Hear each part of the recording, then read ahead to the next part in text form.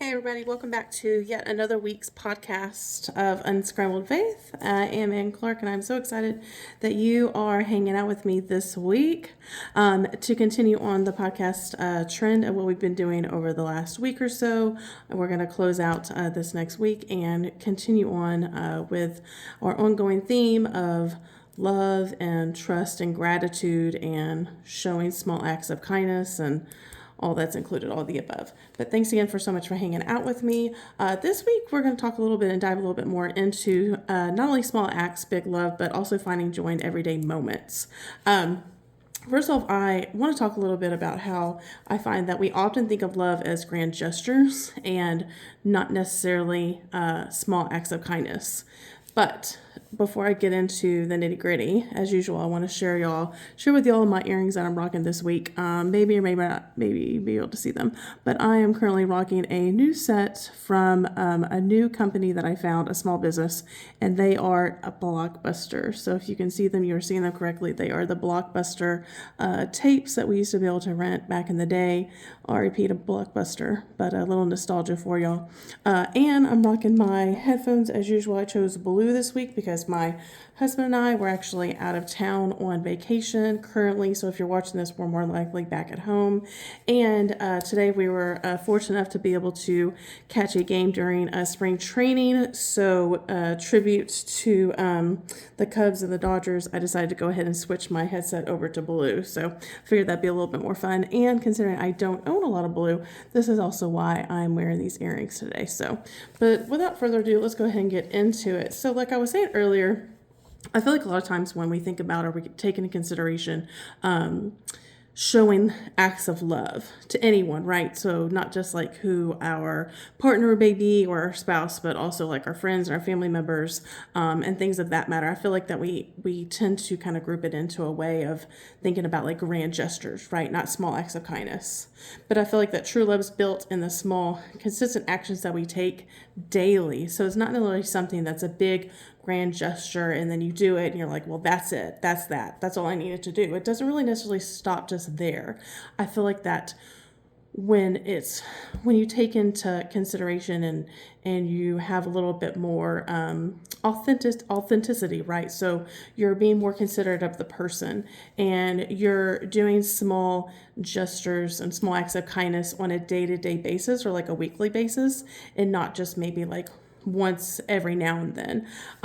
Sometimes like certain things that come to mind, for example, for me would be something along the lines of like celebrating like a holiday, right? So like celebrating like Valentine's Day. We recently got through Valentine's Day, February, right? The month of love. Any national holiday, right? So like a Christmas or even like an anniversary or a birthday. I feel like that those are like your stereotypical times when somebody's going to show a grand gesture of love. But I feel like for me, like what brings a little bit more of a sentimental value, it could definitely mean a lot more in the long run to somebody is if we take more time to consider that specific person and maybe a small act towards them again on like a day-to-day or weekly basis can really turn somebody's day around or even honestly in a big grand way turn their life around. And I know that seems a little bit more on the heavier side, but we just don't know what doing one small act of kindness can do for somebody's life, right? And so that's kind of like the idea what we're going to dive in today and talk a little bit more about how we can go about doing small acts of kindness, small gestures of love. What does that look like? How can we act on that, right? How can we break it down and make it a little bit more on like the sensible side and more practical too? More practical, right? Because again, I think that there's this connotation that gets wrapped up when we think about a grand gesture again of something that's of monetary value, something that's going to cost a lot or take a lot of time or take a lot of thought. But I feel like that there are a lot of things that we overlook on a day-to-day basis that we can easily do for somebody, even if it's not somebody that we know, but like a stranger. Even a stranger, we can do a small act of kindness, a small token of love, and things that I think that we tend to overlook, or maybe even on the other hand, we're overlooking that our friend, our spouse, our coworkers, a family member is doing towards us. And providing us. I feel like that even those small acts of kindness and love, we can also be overlooking and not see the love that they're pouring into us. So an example of how a small act of love made a big difference in my life, something that does hold a lot of value to my life personally, is I think that's interesting for me is like in the last year or two, I've dug a little bit further and done a little bit more research and things of that matter with like my spicy brain, my ADHD. I tend to find myself now more aware than ever that when I put myself in certain situations or if I get caught up in certain situations that I can't help but be in for whatever the case may be, that I tend to get overstimulated. And that may look a little bit different depending upon where I'm at, what I'm doing. But what's interesting for me is I find that like one small act of kindness that my husband and I do for each other is when we find that we're in a situation together that's going to cause either the both of us or one of us at different times to be like overstimulated or tired or just ready to check out, ready to go. I love in the last year or two that we've had this communication between us of checking in with one another and being like, hey, whenever you're ready to go, I'm ready to go. Or a lot of times, honestly, it's us having a conversation before we even get to our destination. And it's having a conversation and just saying to the other person, hey, I don't really know how long I'm going to want to stay here for, but whenever you're ready, this is what I'm going to do. I'm either going to nod my head or I'm going to text you from across the room and I'm just going to say, hey, are you ready to go? Or if we're lucky enough to be by each other at that time, wherever we're at, whatever time of the year it is, whatever we're doing, just letting the other person know, hey, I've time to shut down. I've had enough. I've had my fulfillment. It's time to wrap it up. Let's go. I'll get something to drink. Yeah, I don't even know if you're watching this, but one of my favorite drinks is a Baja Blast, and I definitely did have to put it on ice. I know normally I have like my cup, but again, we're on vacation, and I do not have one of my cups, so we're just gonna have to put it on ice. It's all the same. It's all good. But getting back to what I was talking about, so I love the fact that we now have this communication style where we can again check in one with another, and I feel like that something like that is just it's a small gesture, but it makes such a big impact. Like for example, for today, like I was saying earlier, we caught one of the games today. And even though I know he was having a good time and I was having a good time, he knows me well enough that there are almost like tall tale signs at this point when I get overstimulated and when it's like time to go. And it just so happened to work out because I was about ready to go. He wanted to go ahead and try to beat the traffic that was exiting the ball field. And so he's like, hey, this is going to be the cue that, where we'll get up and go and leave. And it worked out. It was perfect timing because, we were able to stay for as long as we did. We had a good time. We made memories. But at the same time, we just didn't keep pushing ourselves. And it was nice because I wasn't forced to stay there the entire time and then feel miserable towards the end because I definitely was getting overstimulated, even with my little loop earplugs. If y'all have never heard of loops before, definitely do your research on that because I had my loop earplugs in. And it was a godsend because even though I was enjoying myself and it was the perfect weather outside, at the same time, there was just so much chatter happening around us. And I have this thing to where it's like, I have audio ADHD. So what that means is that if you haven't heard it before, it's a fairly newer term. But basically what that means is that whenever there's multiple conversations and clatter and noise that are happening around me, it sounds like static. It basically sounds like static on a TV, or if you can envision like changing the channel and you're not landing on a channel, for those that remember cable. So if you're flipping through your channels and you're trying to figure out what to watch and the channels are going and going, that's what it basically sounds like to me. And it's just, I can normally, unfortunately, hear multiple conversations all at once, and it's just like one loud noise, and that in itself can be very overwhelming and overstimulating. So that was such a credible, again, just small act of kindness, a small gesture that we do for one another. It goes the same for my husband and his sobriety. So when him and I are out in public, or if we're going to like a family function, we have a conversation ahead of time. Same thing, where it's like, hey, whenever you're ready, just let me know and then we can go. Because there's always going to be cues, especially in the sense of when you're doing like a family gathering or hanging out with friends, or if you're like in a restaurant setting or whatever that looks like. And you know how that is, right? right? Like where it hits like that hour where like things are starting to get a little out of hand, or there's certain groups of people that are having a little too much fun, and we're not about that in that moment. And so it's a social cue to where it's like, okay, it's time for us to go. Like we've had fun, we've made our memories, we've taken the photos, we've said hi, we've done all the things, right? But at that time, it's like, okay, time for us to bow out. I've heard a lot of people say, Irish goodbye. So basically that's what we do is we do our Irish goodbye, and then we leave, and then, we stay for how much ever long that we need to stay for. But again, like something like that just goes a long way. It could definitely easily be overlooked, but I feel like that if I look back on the past and how I have had either past relationships or even past friendships of individuals in my life that were not like that at all. It was like, no, we're going to stay the whole time because I paid for these tickets. Like, we're going to stay for this whole function because it's an investment. Like, why are you going to ruin the fun? Or, I've been out with individuals in the past where we've hung out in crowds, whether like at a party or a restaurant, and, they're like, no, I'm having a good time, or work function even, like I'm having a good time, I'm having fun. Don't spoil the fun, just ride it out. And then, of course, what's unfortunate is that other person is not feeling seen. They're not being heard. They're feeling disrespected. And then that's like almost like this negative cloud, right? That kind of hangs around us. And then it completely puts like a downer on like the rest of our day. Sometimes even for me in the past, it was like the rest of my week even. I feel like that, what we could talk a little bit about in regards to like this week's podcast is what's referred to as the ripple effect. So the ripple effect, kind of going back to what we were talking about earlier, is like it's tiny acts of kindness or love. It's like a simple smile to somebody that you're passing on in the hallway or on the street.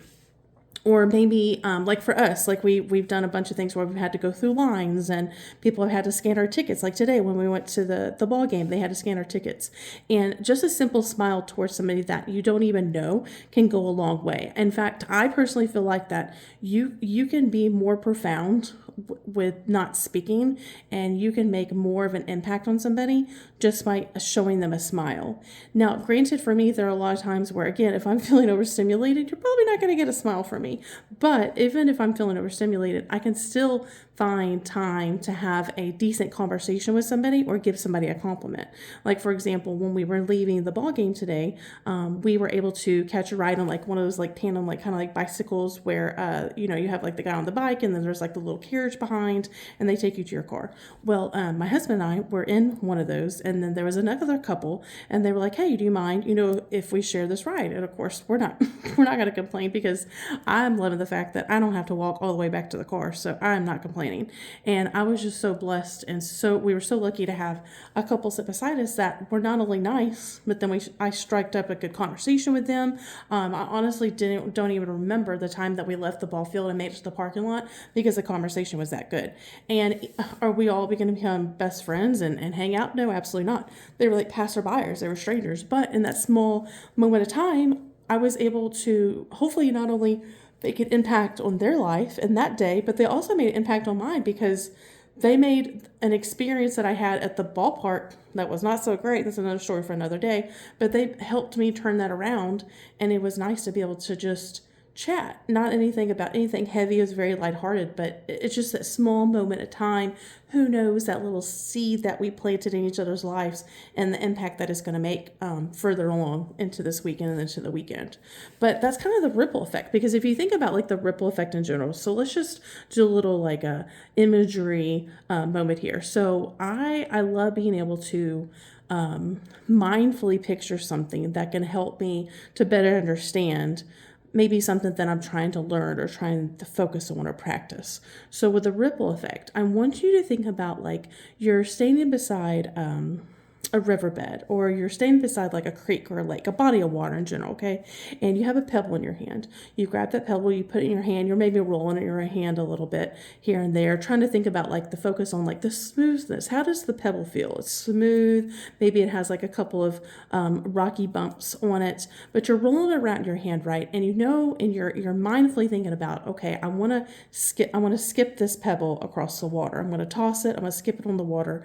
And what happens typically typically, now granted for me, it's going to take a little bit of practice, but the idea behind it is that whenever you toss the pebble, you toss the rock, across the water, it's going to cause this ripple effect, right? I refer to it a lot throughout my life. I always refer to something like this as like a domino effect. So whichever is better for you, domino effect, ripple effect. But the idea behind it is that, again, one small act of kindness, one small gesture can lead to another. We never know the people, whether they're in our lives or they're someone that's like a passerby throughout our day that we're never probably going to see again. We never know the impact that we're going to make by doing a small act of kindness or a small gesture. And we're going to, again, talk a little bit further along and dive a little bit deeper into the multitude of ways that we can do that for one another. But again, a ripple effect can be something as simple as checking in on somebody.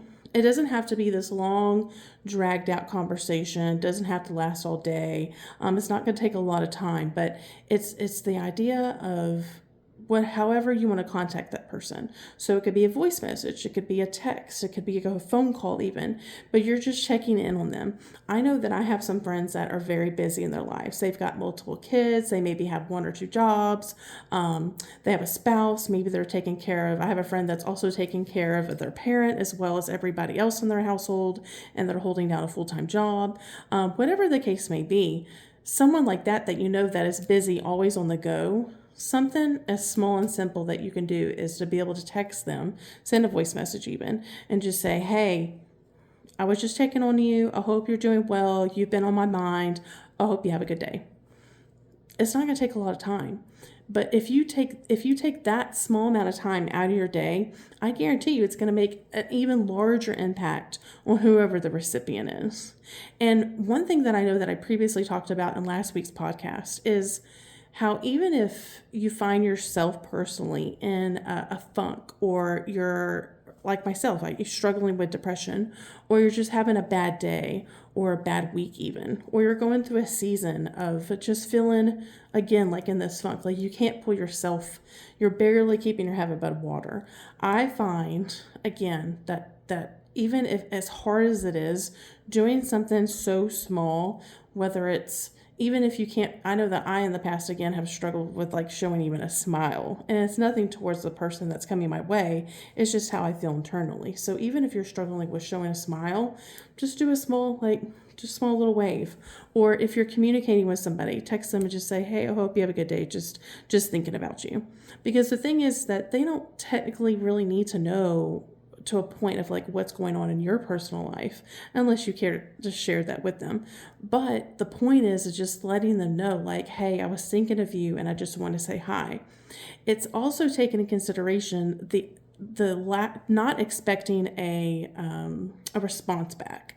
I feel like that a lot of times that what I've really truly myself been personally trying to work on more is whenever I'm going to act on something, before I act on it, I want to question myself in a way of like, why am I doing it?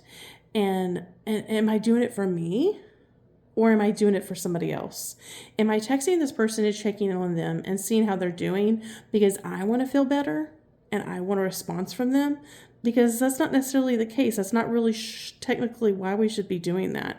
And so I think it's a matter of kind of having this like inner dialogue with myself before, where it's like, I have a really good friend. Her name is Kristen. So I know Kristen has a busy life, and I know a lot of times she's not, God bless her, because I know that she's not going to more likely be able to get to my message at the exact same time that I send it. I know that's probably maybe going to take like a couple of hours, maybe even like the next day, later that night. But I know that she's either seen it, and that's okay if that's just that, or later on she'll respond back. But either way, it doesn't matter to me, because I did what was on my heart. I did what was called on me to do, what I was supposed to do, and that was just reach out to her, check on her, and just say, hey, I just want to let you know you're on your mind. I hope you have a good day. That's it. Brush your hands off. You're done. Move on to the next thing. It's not a matter of self-wallowing and pitying yourself because this person's not responding back to you. Because if that's the case, if you find yourself in that mindset, then maybe there's a little bit more there that you need to work on with your inner self, and maybe reflect on the intentions that you have of why you're doing what you're doing. Because if the intent, again, is to feel good about yourself and you need that reassurance. So you need somebody to text you back, or you need them to just respond. Or maybe if you're complimenting somebody in public, you're like, well, that's crazy. They didn't even thank me for the compliment. I think that that's important to ask yourself, why is it that you're expecting that response back? Because here's the thing, is that the individuals that we're checking in on and that we're paying compliments to, they're not always going to be in the same headspace. Just like you and I may not always be in the same headspace. It's the same case for them. It's nothing against what you're doing. It's not and then again, that's a whole other conversation itself, because I know a lot of times, because we're only human, right? So if we don't hear back from somebody, then it's like, oh my gosh, did I defend them or offend them? Did I offend them? Did I hurt their feelings? Maybe I shouldn't have said that. Did I say it wrong? I mean, especially for me, all with spicy brain, I have definitely been some rabbit holes in my time where I have reached out to somebody, or maybe I've sent like a card to either somebody that I work alongside, or maybe somebody that's a good friend of mine, and I don't hear back from them, or they're like, oh, hey, I got your card, by the way. Thank you so much. A lot of times I don't get that. And in the past, I will say, guilty of feeling like, I'm like, well, what the heck? Like, you could have at least just acknowledged that I sent you that card. You could acknowledge that I sent you that message checking in on you. But now I know that that's not the most important thing at all. It's definitely not the most important thing. The most important thing is the fact that, like, I took the time to check in on them. I did my job. And that's that. That's a wrap. And that's a wrap. And then at that point, it's like time for me to move on, bless and release it, not to stay stuck in that mindset. Because I feel like what happens in that moment, if that's the case, and I'm feeling sorry for myself, or I'm pitying myself because I haven't had a response back from my friend or someone, I'm like, man, I sent them that gift. That's crazy. That the least they could do is thank me for it. Don't be that person. Don't be that person, because it, to me, in my opinion, it just completely defeats the purpose of doing like a small gesture, because you're just wanting that reassurance. And that's something that, my friends, I will definitely tell you that it takes work, because like I said, I'm just as guilty about that.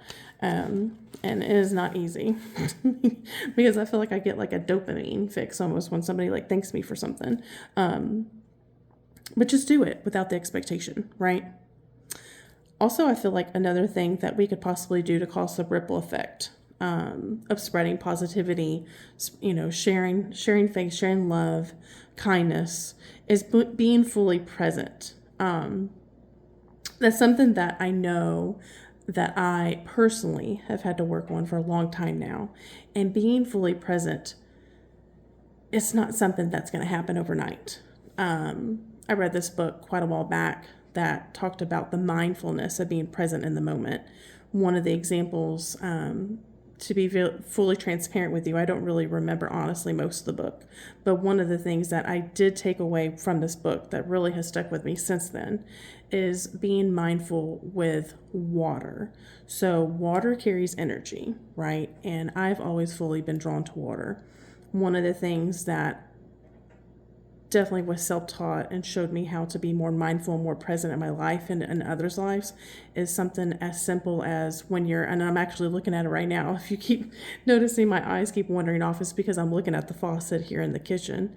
And the faucet, when the water's running and I'm washing my hands, one of the things it talked about in this book was being mindful of how the water feels in our hands. So it goes from the start of turning the faucet on, we hear the water, being mindful of how the water feels as it drips from the faucet and falls all the way into our hands. How does it feel running through your fingers once you start getting the soap on your hands and you're washing your hands through the water, with the soap? How does that feel? And it's being very present on thinking about, like, how does the temperature feel with the water? How does it physically feel when it touches my hands? And being and how does it listening to the water, right? So how does it sound as it's not only falling through your fingertips, but maybe as it's hitting the sink, as it's coming through the faucet, things of that. So it's kind of like breaking it down like step by step. It's just definitely a very simple but mindful example of how you can be very present in the moment.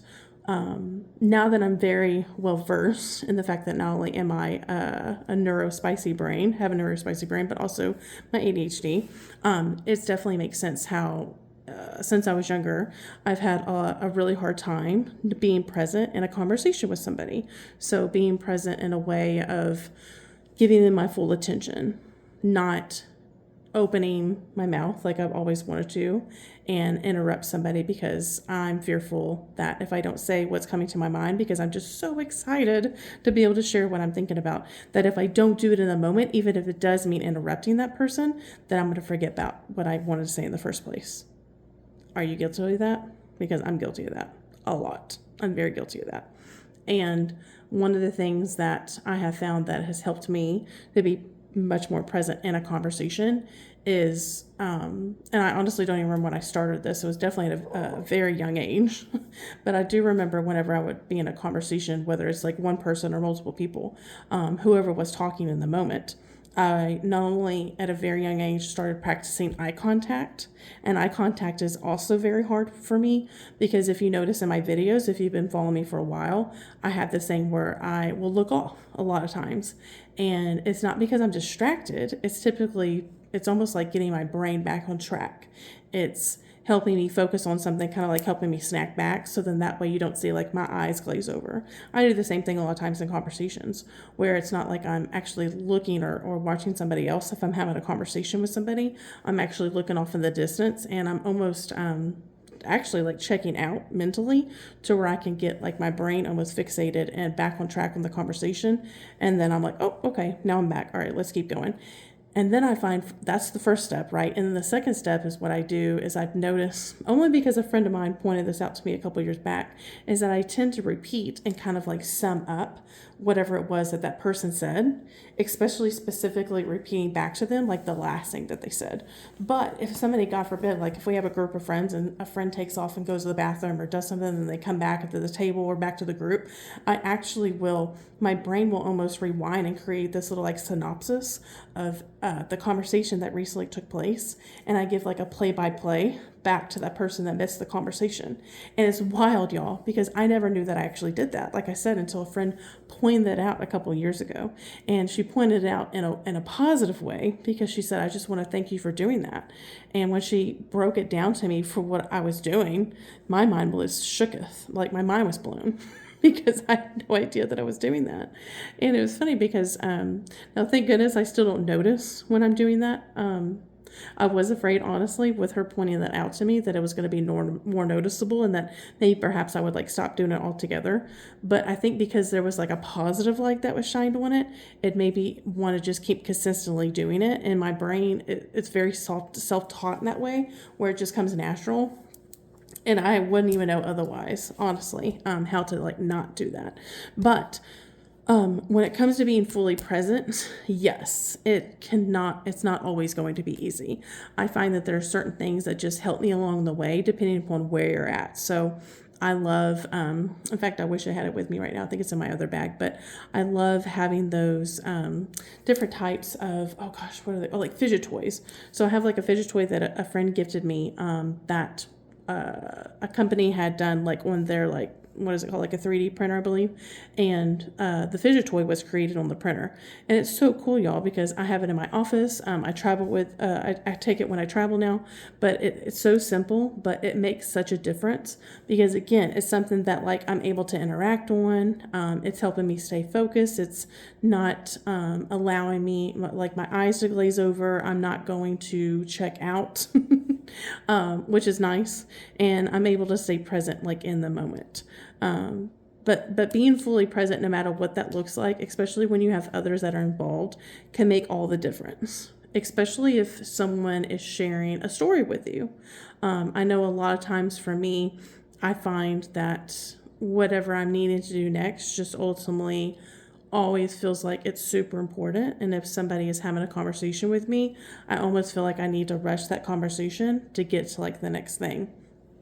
But I've also learned to, in return, that before someone has a conversation with me, I want to pause and reevaluate. Do I have the time to be able to pause and stop and then have this conversation with somebody? Or is it maybe perhaps not the right time and I have to respectfully tell them, be like, hey, let me wrap this up real quick. Let me go do this and I'll come back, because I want to be fully present. I want to be fully present with whoever it is that I'm having a conversation with, whoever, because my thing is that time is valuable. My time is valuable and their time is valuable. So in the way I think about it is that if somebody is going to take the time to share a story with me, or if someone wants to explain something to me, to them, maybe not to me, but to them, it's a big deal. So if it's a big deal to them, they're sharing their time and energy with me. Therefore, I want to create a safe space. I want to be able to give them the floor for them to be able to share that information with me, or to share that story with me, because it means a big deal to them. And if it's a big deal to them, then it needs to be a big deal to us as well. One thing that I have practiced over the years, believe it or not, this may come as a shock to some of y'all, but I am considered an ambivert. So I lean more towards introvert, but when I need to turn it on, I can. And I can be an extrovert. I feel like I can more likely tie a lot of that back to like not only like my sales, like my work background, but also I guess really just that, like a lot of the jobs that I've had have been very people oriented, so it's kind of forced me in a way to be extroverted. Otherwise, I'm a lot more comfortably set as an introvert. But here's the thing. When we're out in public, and if you're like me, I tend to feel awkward when it comes to having conversations, especially specifically with people that I don't really know. What I find that helps me is to find one thing on that person and give them a compliment. It could be like, hey, I really like your earrings, they're super cute. Oh, I love your hairstyle. I just love it. I love your outfit. Or, oh, hey, what's that book you're reading? Or anything. Find one thing on that person and give them a compliment and watch their face light up. Now, one thing I will say that on a completely different subject, one thing I think is really funny is for the longest time, because I am somewhat socially awkward, when somebody would give me a compliment, I actually felt like it was necessary to give them a compliment back. Like I did not take compliments very well. So if you were to compliment something on me, I in return would find something about you and compliment you, and then make it all the more awkward. But now I've definitely gotten a lot better about that, and being able to take a compliment as is. Another thing that we can do in regards to being fully present that could definitely make a lasting impact in somebody's life is sending a quick video message or voice message to somebody, or a text. Honestly, it doesn't even really matter. To each their own, whatever your preference is.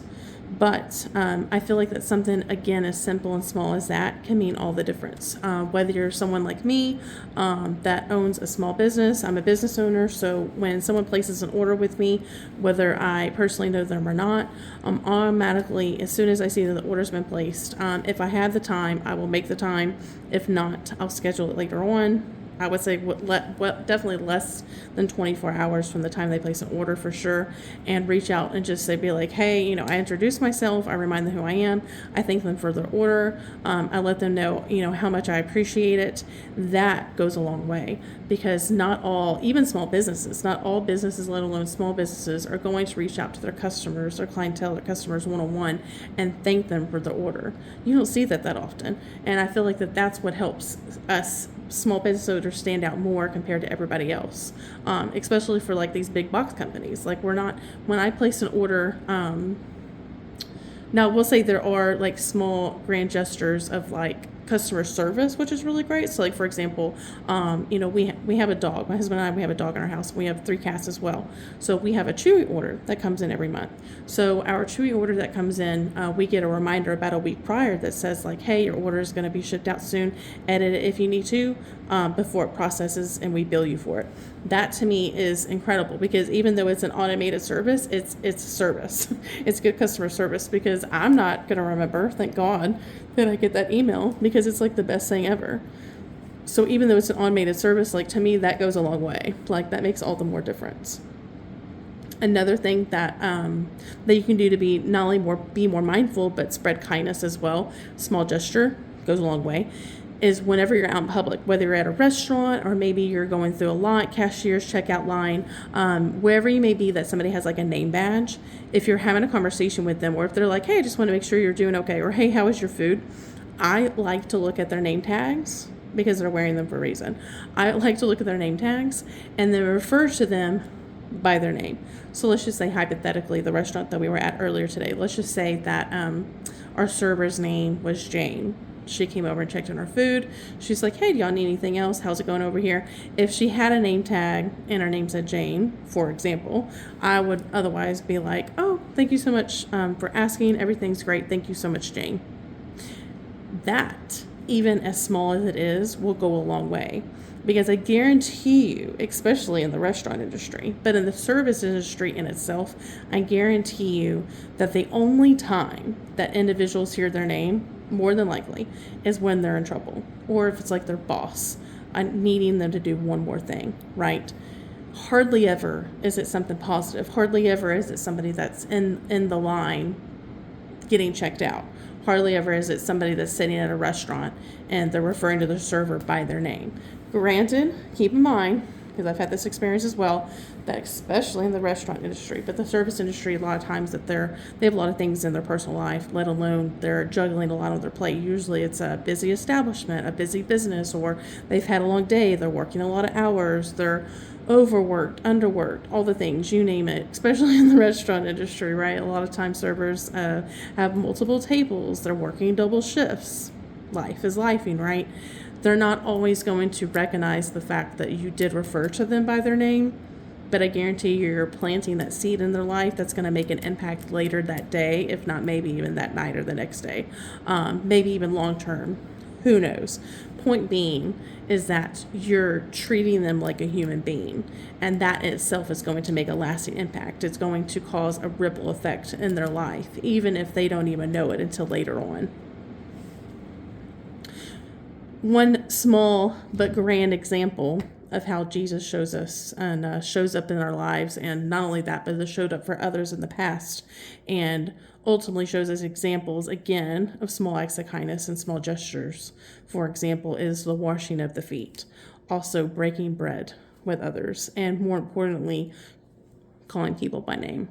How cool is that?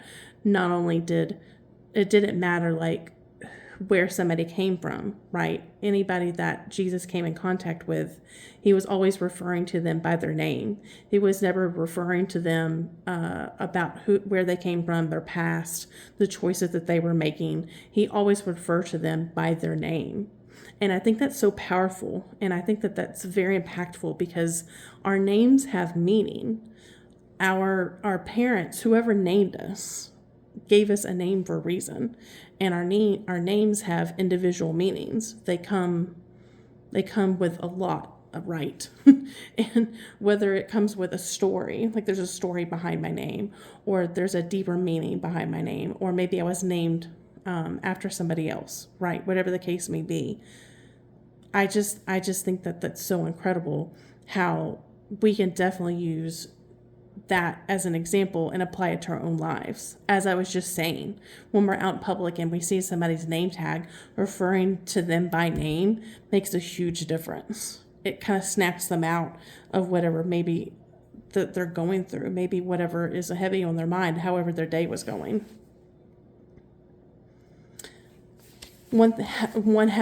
How you can cultivate for the small things, appreciating a sunset. So again, being mindful, being present in the moment, y'all. There are things that don't cost anything that we can do to take that deep breath and being very present in the moment. Even for those of y'all that are watching this have ultimately busy lives, taking something for granted as grand, small but grand, and impactful as a sunset or a sunrise. For me, I like to think about first thing in the morning. One of the things that I like to do for myself is make coffee, whether it's an iced coffee, whether it's a cup of coffee. It's the process of it all, right? So as simple as it is, but it's thinking about the steps of like taking the cup, right? And then like for me, for example, this morning I had an iced coffee. So it was a matter of brewing the coffee. It was thinking about what ingredients are going in my iced coffee, putting it together, putting the lid on, taking that first sip, right? Whether it's a hot coffee or iced coffee, it's taking that first sip, and it's that first sip of excitement or it's that first sip of comfort. But it's being mindful of not only like how it tastes, but how it's making me feel. And it's that small amount of time that I took for myself this morning and I poured into myself. It was something as, yes, so simple as a cup of coffee, but that ultimately set the tone for my day. And it was something that it was a kind gesture that I was doing for myself. It's something that I not only look forward to, but it's having that like small amount of moment for myself. Super important, by the way, to take that time out. It could also be taking the time to listen. Again, we were talking about that earlier, right? Being mindfully aware of what somebody's saying, taking the time to listen. But also I think it's important as well to counteract with that, to find a balance between maybe perhaps listening and like listening too much. What I mean by that is I'm an empath. So what that means is that when I'm out with the general public, whether people know me or not, they tend to gravitate towards me and tend to feel a little bit more comfortable sharing something about themselves, maybe sharing their life story. It could be something personal that's taking place in their lives at the moment, but they feel comfortable enough. Even they don't know me, but they feel that this trust, this aura right around me, this trust aura, this presence of peace, that they open up to me, and that looks so different so many ways. I mean, it could be, I've had moments where I've been through the checkout aisle, for example, and I don't know the person that's checking out and bagging my groceries or bagging my order up, and I see their name badge again, right? And I call them by name, and I'm like, hey, I hope you have a good day, or hey, how's your day going? How's your night going? And something like that can be an icebreaker, right? And then it opens up the floodgates of conversation, and before I know it, they are sharing something intimate with me. They are trusting me enough with something that's on their heart. And I think in those moments, it's important for us to take the time to listen. But at the same time, because I am an empath, I do know from that it is so imperative. It's so important for me to not only keep filling my cup up, but also making sure that my energy is not running low. And that's not only on a physical sense, but that's also on a spiritual and mental sense as well. Making sure that I'm taking care of myself all the way around, because I do enjoy taking the time to listen to others, but at the same time, it's also important for me to take the time out for myself to make sure that my inner self, my spiritual self is doing well, that I am taking care of myself, because I always say this to my friends all the time, is that it's so important for us to take care of ourselves first, because if we're not the best version of ourselves, how can we possibly show it for others? How can we do that? I don't know about you, but I don't want to be running on 5% energy and showing up for my friends, because that to me is like half-ass showing up. Like, I would much rather take the time out to take care of myself and be then fully rested, fully present, to be able to be not only present to be listening to my friends, but be mindful of whatever it is that they're going through, whatever it is they're wanting to share with me. Because if I'm running on low energy, again, I'm not only going to not be the best version of myself, but I'm not going to be able to be fully present with them, because my mind's either going to be elsewhere, or I'm just mentally checked out altogether because I'm exhausted, spiritually, physically, emotionally. Take care of yourself before you take care of others, no matter what that looks like. Like I said earlier, if that means waking up first thing in the morning and making that cup of coffee for yourself before you kick off the rest of your day with everyone else in your household, do it. Do it. Don't matter what that looks like. Even if it means setting a little bit more time aside first thing in the morning. Sometimes even it's for me in the evening, making a hot cup of tea late at night, spending that small amount of time for myself to make sure I'm doing a little bit of a reboot, right? It's a small amount of time that I'm taking to reboot my energy and to make sure that I'm checking on myself, that I'm good, because I want to be able to show it for others as well in return.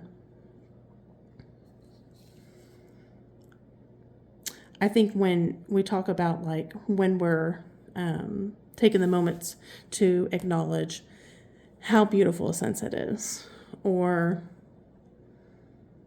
how comforting a sunrise may be, that we woke up the next day, right? Because that's a big thing in it, definitely a big thing in itself. But I feel like it's important to pause and then reflect on what our senses are telling us. So again, kind of like what I talked about on being present with like the running water and the running water running through our hands, and how does it feel like, and what's the temperature like, and how does that make me feel? It's the same as if you're going for like that hot cup of tea or that hot cup of coffee. How does it feel in your hands? How does it taste?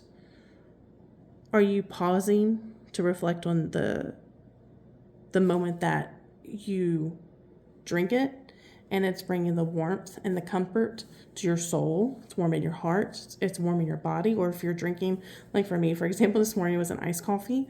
It was making me feel a little bit more alert, a little bit more pep in my step, right?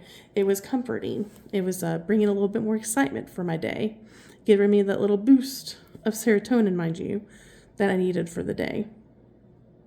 But reflecting back on our senses and how things not only make us feel, but how did it taste? How did it feel?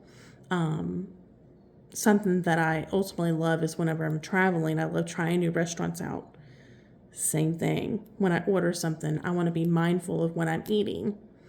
How does it taste? What is the color? How does this is really going to throw you for a loop, but how does the color make me feel? How does it taste? The comfort. One of the things I talked about with the meal that I had today was the variety on my BLT, like the fact that it was candied bacon, sriracha candied bacon. So it was not only sweet and savory, but I had crunch on my sandwich, right? I had spiciness. It was definitely hitting all the levels of my neurospicy brain. It was giving me everything, that the boost of serotonin that I needed, because I had the sugary strawberry lemonade. And then I had this savory, rich homemade macaroni and cheese with my savory, tasty sandwich. It was being present in the moment. It wasn't powering through my meal and being like, well, what are we going to do later today? Granted, I have been guilty of that in the past. But what's more important is being present in the moment and making lasting memories, enjoying every second for what it's worth, not taking that time for granted. Because time is something we can't always get back. Right? We can't get time back. We can't get those memories back.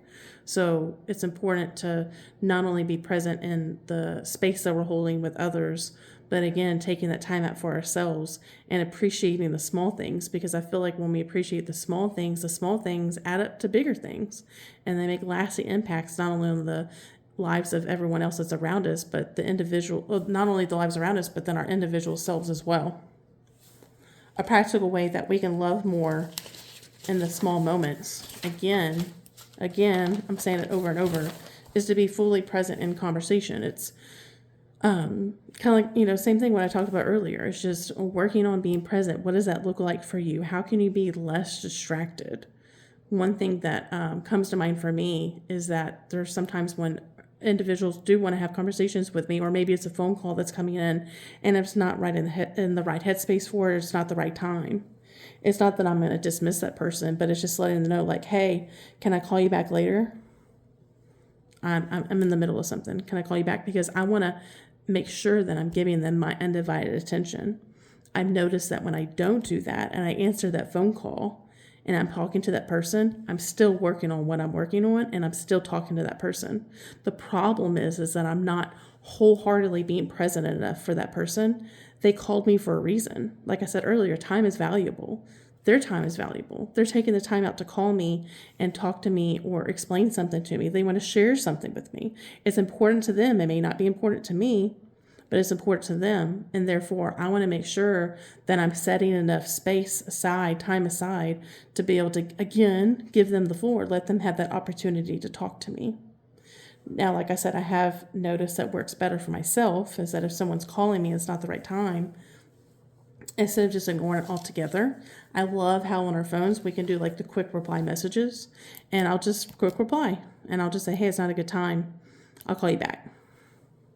It's being respectful enough to let them know, like, hey, I'm acknowledging your phone call, but I just can't take it right now.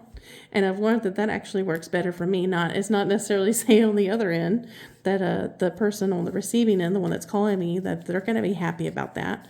But trust me, if they only knew that if I was to answer the phone call in that moment, that I wouldn't be fully present for them. And I'd feel bad about it afterwards. And then after we would hang up from the phone, more than likely, they wouldn't feel seen or heard.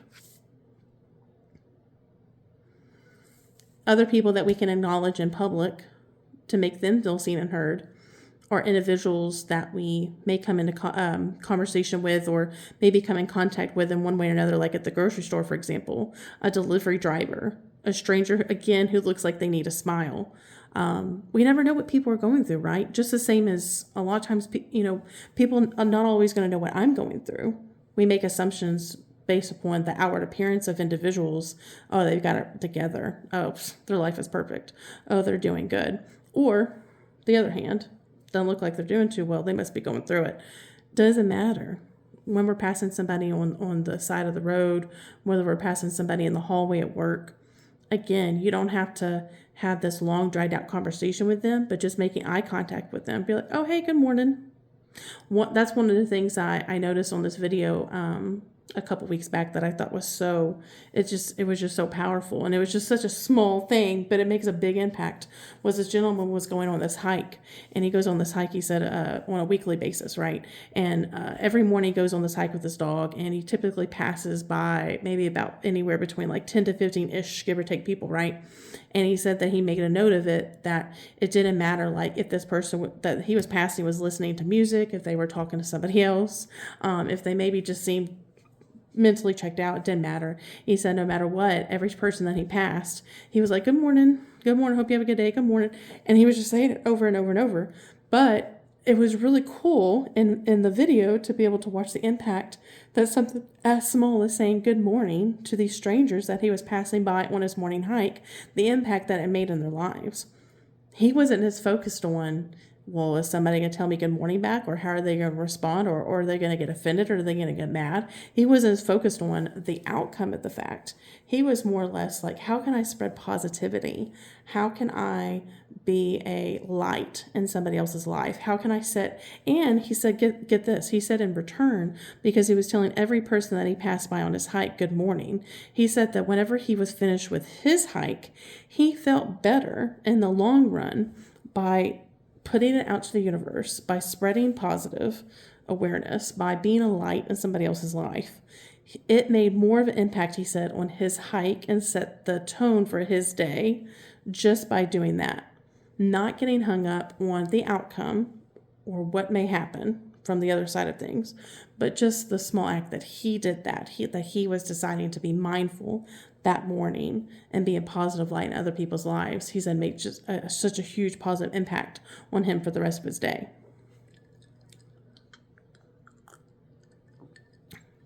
Another way that we can not only show kindness to others, but we can spread awareness of kind gestures, or spreading the love, sharing the love to individuals, is leaving notes, or sending a quick, again, thank you text, but leaving notes for somebody.